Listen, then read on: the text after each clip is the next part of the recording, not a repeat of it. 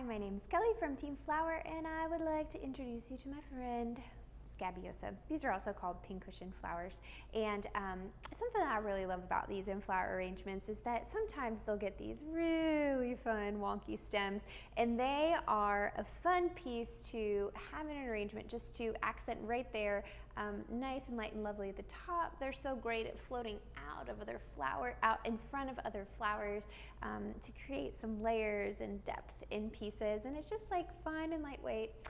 In the garden, it loves butterflies. I love flowers that love butterflies. Some varieties are annuals, some are perennials. They come in so many fabulous colors like crimson, salmon, like a rosy pink, buttery yellow, lilac, and white.